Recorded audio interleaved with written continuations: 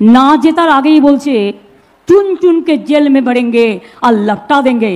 যদি জিতে যায় তাহলে কি করবে বুঝতে পারছেন? যদি জিতে যায় তাহলে কি করবে বুঝতে পারছেন?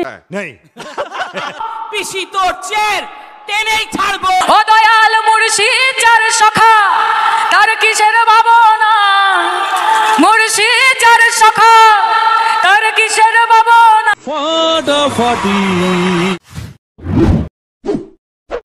সো লেডিস এন্ড জেন্টলম্যান, কেমন আছো সবাই? আজকে আমরা কথা বলবো এমন এক দিদিকে নিয়ে যে দিদি লাগাতে খুব ভালোবাসে। লাগাও।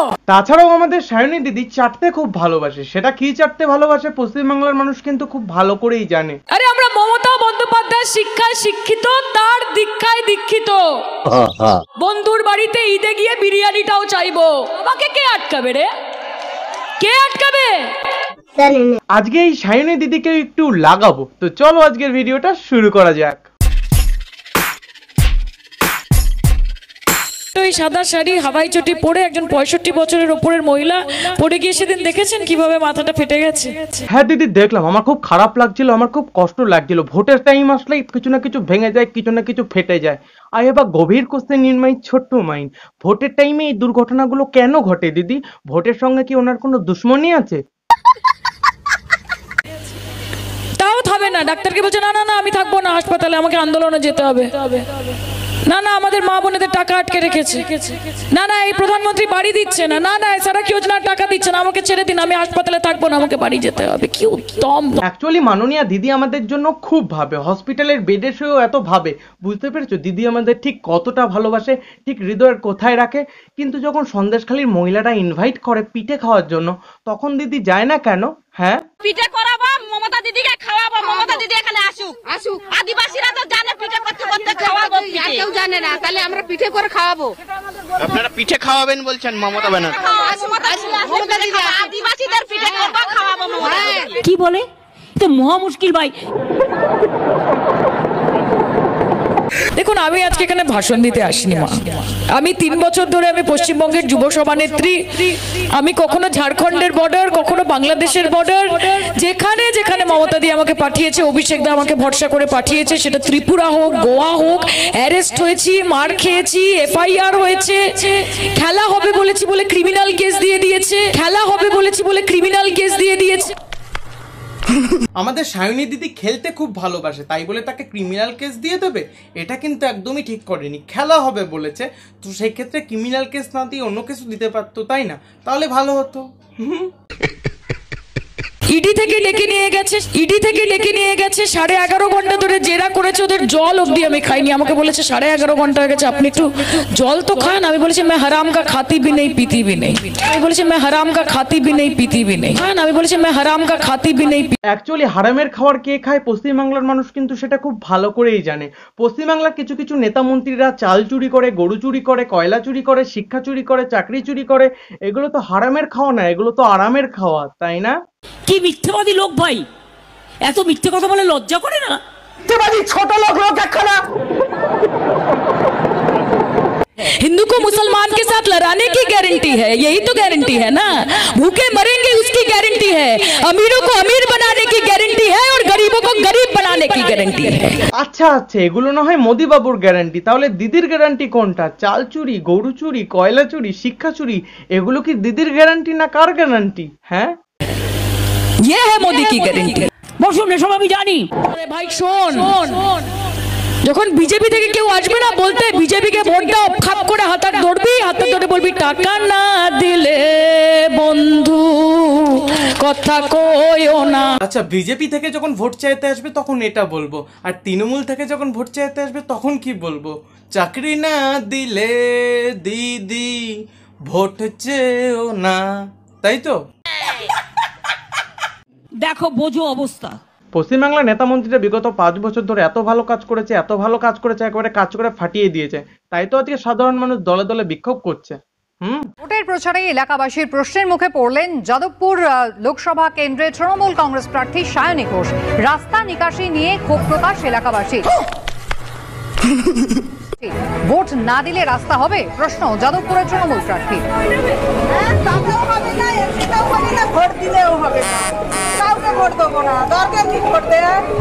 অ্যাকচুয়ালি একদিক থেকে দেখতে গেলে ঠিকই বলেছে, ভোট দিলেও চাকরি পাওয়া যাবে না, ভোট না দিলেও চাকরি পাওয়া যাবে না, ভোট দিলেও চুরির মাল ফেরত আসবে না, ভোট না দিলেও ফেরত আসবে না, তো ভোট দেওয়ার দরকারই নেই, তাই না? আবার কি উদ্ভট কথাবার্তা। আর এখানে যখন 2021-এর নির্বাচনের আগে আপনারা দেখেছেন সব প্রাইভেট জেট দেখে দেখে আর একেবারে হেলিকপ্টার দেখে দেখে একেবারে ধরে রাখতে পারছে না নিজেদেরকে।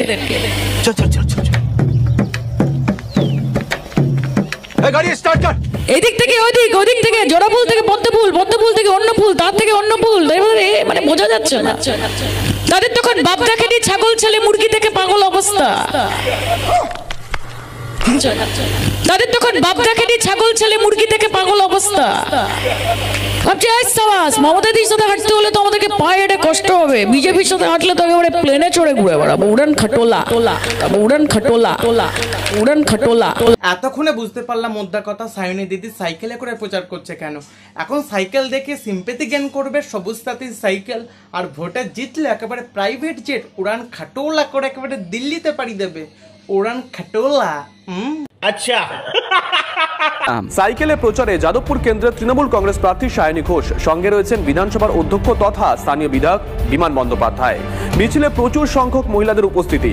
বারুইপুর পশ্চিম বিধানসভা এলাকার প্রচার। মমতাদির সাথে হাঁটতে হলে তো আমাদেরকে পায়ে হেঁটে কষ্ট হবে, মমতাদির সাথে হাঁটতে হলে তো আমাদেরকে পায়ে হেঁটে কষ্ট হবে। বসুন, এসব আমি জানি।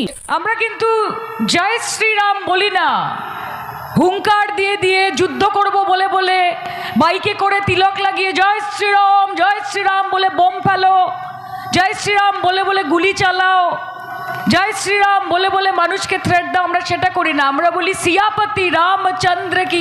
জয় শ্রীরাম বলার আগে যে কাজগুলো করার কথা বললে সেটা আদতে কারা করে তোমরাও খুব ভালো করেই জানো। আর জয় শ্রীরাম ঠিক তোমাদের মুখে মানাচ্ছে না, তোমাদের মুখে মানায় হচ্ছে এটা।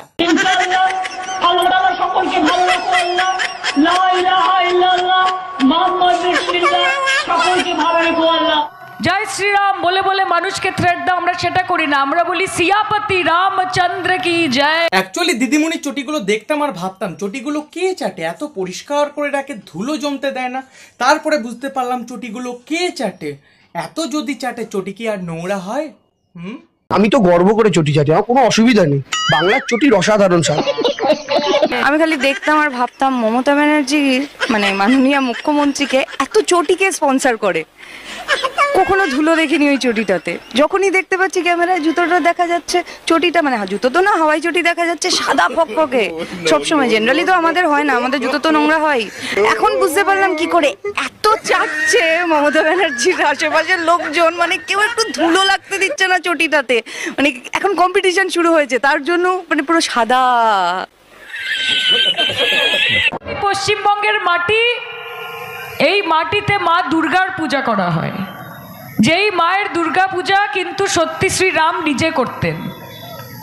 হয়তো অন্য অন্য রাজ্যে শ্রীরামের পুজো হচ্ছে, কিন্তু শ্রীরাম নিজে মা দুর্গার পূজা করছেন, এবং মা দুর্গার মাটি হচ্ছে এই পশ্চিমবঙ্গের। অ্যাকচুয়ালি ভগবান শ্রীরামও দুর্গাপুজো করতেন, সেটা খুব ভক্তি সহকারে ভালোবেসে করতেন।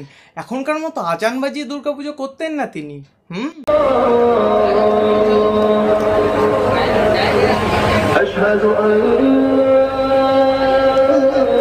এখানে উত্তর পাড়াতে মৌসুমী ক্লাব নামে একটি ক্লাব পুজো করছে। স্থানীয় তৃণমূলের কাউন্সিলর হচ্ছে তার উদ্যোক্তা, তৃণমূলের কাউন্সিলর হচ্ছে তার উদ্যোক্তা, তৃণমূলের কাউন্সিলর হচ্ছে তার উদ্যোক্তা। শিবলিঙ্গে কন্ডম পড়াইছে, তার মানে জীবনে ওর বহু কন্ডম পরানোর অভ্যাস আছে।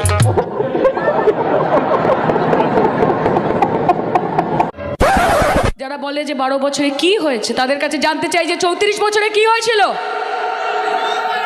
জল কি হয়েছিল, রাস্তা কি হয়েছিল, শিক্ষা কি হয়েছিল, স্বাস্থ্য কি হয়েছিল? হ্যাঁ দিদি, কয়লা চুরি কি করে হয়েছিল, গরু চুরি কি করে হয়েছিল, চাকরি চুরি বা কি করে হয়েছিল, আর চাল চুরি বা কি করে হয়েছিল দিদি, এগুলোরও একটু উত্তর দিয়ে যান। সঠিক বলেছেন। 12 বছরে মমতা বন্দ্যোপাধ্যায় পশ্চিমবঙ্গের ভোল পাল্টে দিয়েছে। মমতা বন্দ্যোপাধ্যায় পশ্চিমবঙ্গের ভোল পাল্টে দিয়েছে। অ্যাকচুয়ালি পশ্চিমবাংলার কিছু কিছু নেতা মন্ত্রীরা পশ্চিমবাংলার ভোলটাকে ঠিক এমন ভাবে পাল্টেছে না, পশ্চিমবাংলার মানুষজন আর ভোটই দিতে চাইছে না। হ্যাঁ, সরকার দিয়েছে, দুয়ারে সমুদ্র দিয়েছে, কোনো জায়গা নেই, ভোট দিয়ে কোনো লাভ নেই, কোনো পার্টিকে ভোট দেওয়া ঠিক না। সায়নী দিকে কি বললেন আপনারা? ওটাই বলা হয়েছে যে কাউকে ভোট দেব না আমরা।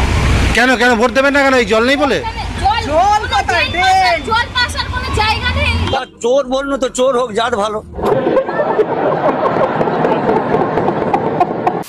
আজকের ভিডিওটা এই পর্যন্ত। ভিডিওটা যদি ভালো লাগে থাকে একটা লাইক করো, কমেন্ট করে জানাও তোমাদের ওপিনিয়ন। ভিডিওর কোন পার্টটা সব থেকে ভালো লাগলো সেটা তোমরা কমেন্ট সেকশনে কমেন্ট করে জানাও। দেখা হচ্ছে এরকমই ঝাঁচকচকের নতুন কোনো ভিডিওর সাথে। ততক্ষণের জন্য সাথে থাকো, পাশে থাকো এবং দেখতে থাকো টুকুন ভাই।